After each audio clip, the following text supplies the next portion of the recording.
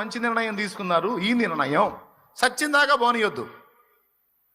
పోతే మన ప్రాణం పోవటమే కానీ దేవుడు ఉన్నాడు అనే మన విశ్వాసం మాత్రం పోవటానికి లేదు. దేవుడు ఉన్నాడు అని నేను నమ్ముతున్నాను. ఓకేనా? రైట్. ఆ ఉన్న దేవుడు ఎవరు అనే ప్రశ్న కూడా నువ్వు వేసుకున్నావు. లేకపోతే నువ్వు పుట్టింది క్రీస్తులో కాదు, విగ్రహారాధికుడిగా పుట్టావు, విగ్రహారాధన చేసావు, నేను చేశాను, నువ్వు చేసావు. కనపడ్డ దానికల్లా మొక్కాం, బోర్లు పడ్డాం, దండాలు పెట్టాం, పొర్లు దండాలు పెట్టాం, సాష్టాంగ నమస్కారాలు చేసాం, ప్రదక్షిణాలు చేసాం, పడాల్సిన పాటలన్నీ పడ్డాం. ఈ దేవుడు, ఆ తల్లి, ఈ స్వామి, ఆ స్వామి, అది ఇది అనుకుంటే తిరిగాం, గుండ్లు కొట్టించుకున్నాం, పడాల్సిన పాటలన్నీ పడ్డాం.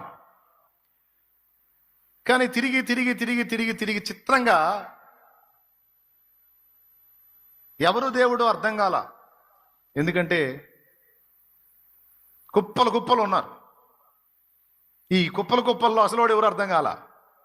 అందుకని ఆయనే మనల్ని దర్శించిన దాకా కనపడ్డోడికల్లా సాష్టాంగ పడ్డాం, కనపడ్డం వల్ల నానా అని పిలిచాం. ఎందుకంటే అసలోడు ఎవరు అర్థం కాక.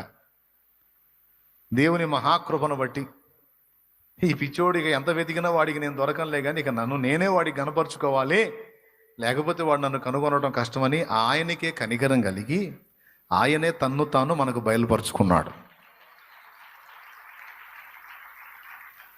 చెప్పండి, దేవుడు తన్ను తాను నాకు బయలుపరుచుకోవాలా, నేనే తెలుసుకున్నాను అన్న దమ్ము ఎవరికన్నా ఉందా?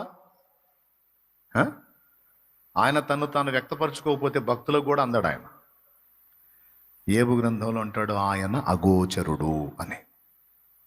కనబడడు, అర్థం కాడు.